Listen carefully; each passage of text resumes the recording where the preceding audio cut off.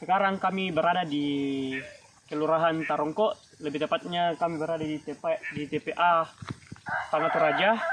Nah, seperti kalian lihat kondisi TPA Tanah Toraja saat ini. Mari kita melihat apa-apa saja yang ada di TPA ini atau bagaimana keadaan dari TPA ini.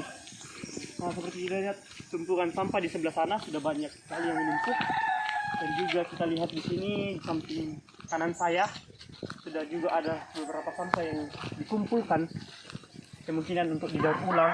Tapi kita lihat di sebelah kiri sudah terlalu banyak sampah di sini. Ini adalah sampah-sampah dari kota-kota di sekitar sini. Nah, kita melihat di sini sudah sangat menumpuk. Ya, seperti teman-teman lihat, di samping sudah banyak sekali sampah. Jalan sekarang di sini sudah tertutup. Kita lihat di sini jalan untuk TPA ini sudah tertutup, hampir tertutup sepenuhnya oleh sampah. Dan sepertinya tidak ada pembatas untuk pembuangan sampah dengan jalan, karena sampah dari dalam pembuangan ini sudah berserakan keluar, jadi mungkin agak mengganggu untuk pembuangan sampah, truk pembuangan sampah ke dalam sini.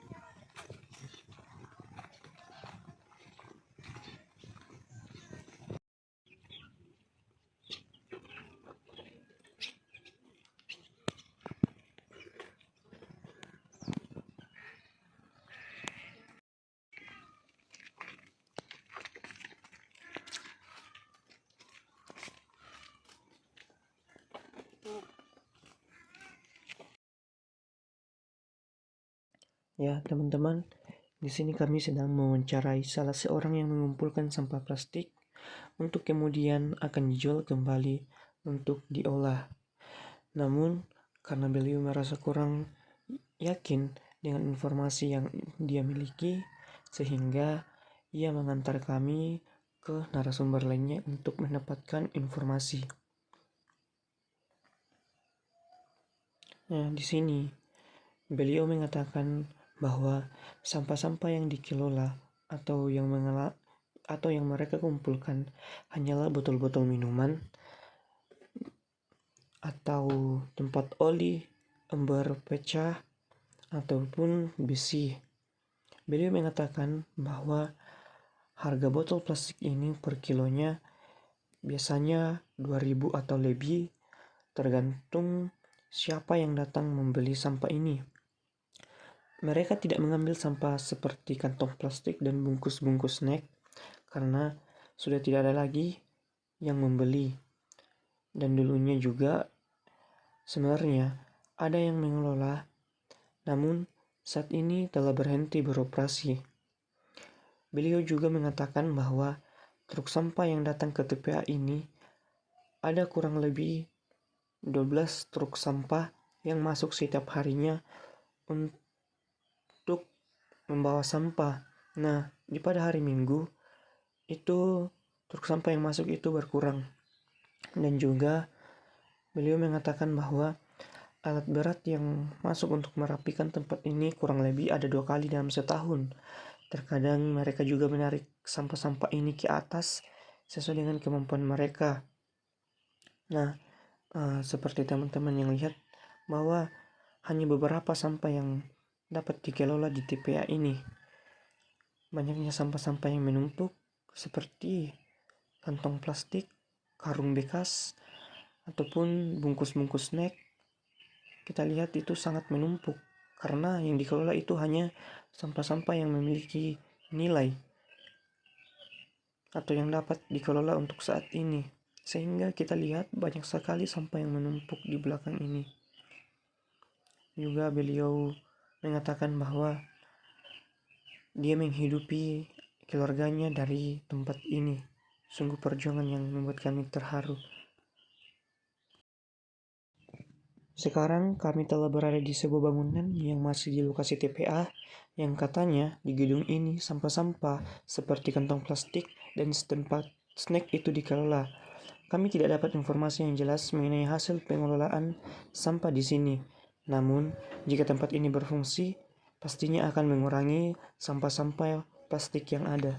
Seperti yang teman-teman lihat, banyak orang yang menggunakan atau memanfaatkan tempat pembuangan sampah ini, seperti kita lihat menanam untuk pakan ternak. Seperti di atas kita lihat ada orang yang menanam pakan ternak untuk makanan babi, tapi kita lihat tanaman ini tumbuh di atas sampah.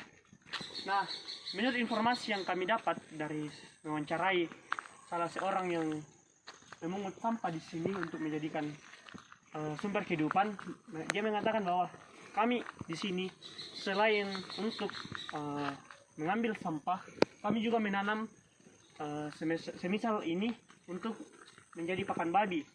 Nah, dari informasi yang didapat tadi, dia mengatakan bahwa jika sampah sudah lagi banyak dan alat berat masuk ke dalam TPA ini untuk menggeser atau menumpuk kembali sampah yang berserakan, mereka itu mengambil semuanya ini secara langsung, karena kemungkinan dari pergeseran sampah itu tanaman-tanaman ini akan ditutupi kembali lagi oleh sampah.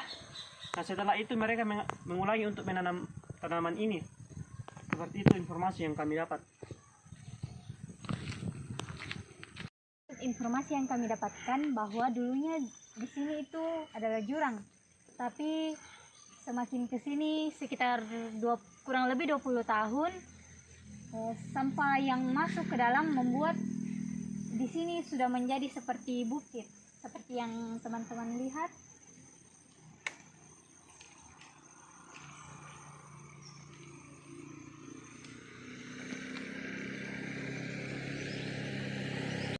Ya, melalui observasi kami yang kami lakukan di TPA ini, kami mendapat beberapa kesimpulan, yaitu yang pertama, bahwa jurang yang dulunya curam dan dalam kurun waktu 20 tahun, sekarang kita lihat tadi dari dokumentasi dalam video kami, kita tadi melihat bahwa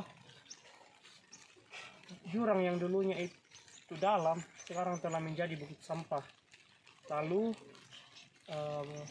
yang kedua ialah setiap hari truk sampah yang masuk ke dalam TPA ini kurang lebih 12 truk dalam seharinya. Nah, jika kita melihat masa ke depannya, melihat sampah yang ada saat ini, kurang lebih jika ada 12 truk yang masuk setiap harinya ke TPA ini, kemungkinan sampah yang tingginya masih rendah ini, kemungkinan dalam 5 tahun atau 6 tahun ke depan sudah bisa menyamai ketinggian sampah-sampah yang ada di belakangnya. Lalu sampah yang dikelola hanya sekian persen dari sampah yang datang, dan dari sini juga ada beberapa keluarga yang mencari nafkah atau kehidupan melalui pemilahan sampah di sini. Lalu dari informasi yang kami dapat, alat berat yang masuk untuk merapikan TPA ini hanya datang 2 kali dalam setahun, kurang lebih 2 kali dalam setahun. Juga dari informasi bahwa sebenarnya ada banyak masyarakat yang menolak atau protes pembuatan TPA di tempat ini, karena tempat TPA ini berada di sekitar pemukiman warga atau jaraknya itu dekat dari pemukiman warga. Mungkin sekian vlog kami pada saat ini. Terima kasih.